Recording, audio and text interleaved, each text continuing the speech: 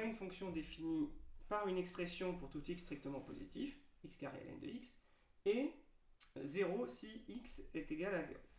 Et on veut prouver que f ainsi défini est de classe C1 sur 0 plus l'infini.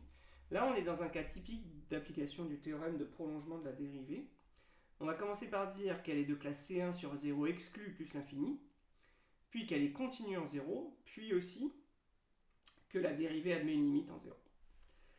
Alors, déjà, f est de classe C1 sur 0 plus l'infini. Là, c'est un produit de fonctions de classe C1. Ensuite, est-ce que f est continu en 0? Oui, parce que on a f de 0 qui vaut 0. Et si on fait la limite quand x tend vers 0 par valeur positive de x carré ln de x, et bien ça fait 0, c'est des croissances comparées. 0 fois l'infini. Et donc, on sait que f est continu en 0. Puisque la limite de f de x quand x tend vers 0+, c'est f de 0.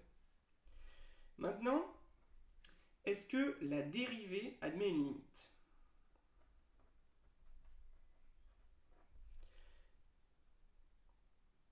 Que vaut f' de x pour x strictement positif? Ça fait 2x fois ln de x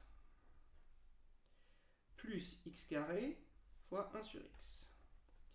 Ça fait donc 2x ln de x plus x.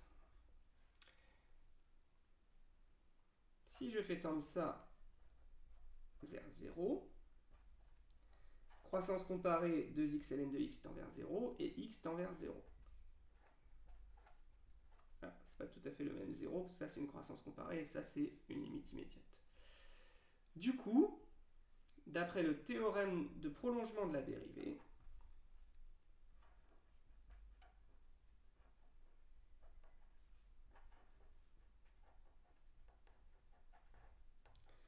j'obtiens deux informations.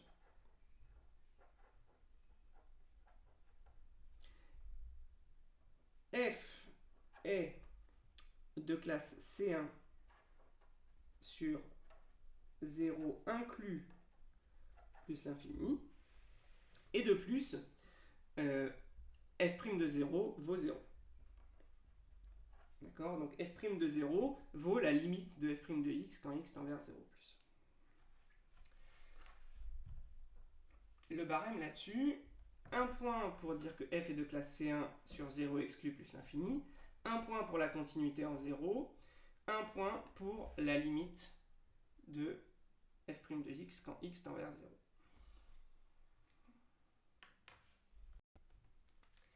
Et un point, bon, en fait ça va faire 2 points ça parce qu'il y avait quand même le calcul de la dérivée à faire, un point pour le calcul de la dérivée. Donc ça fait 4 points en tout.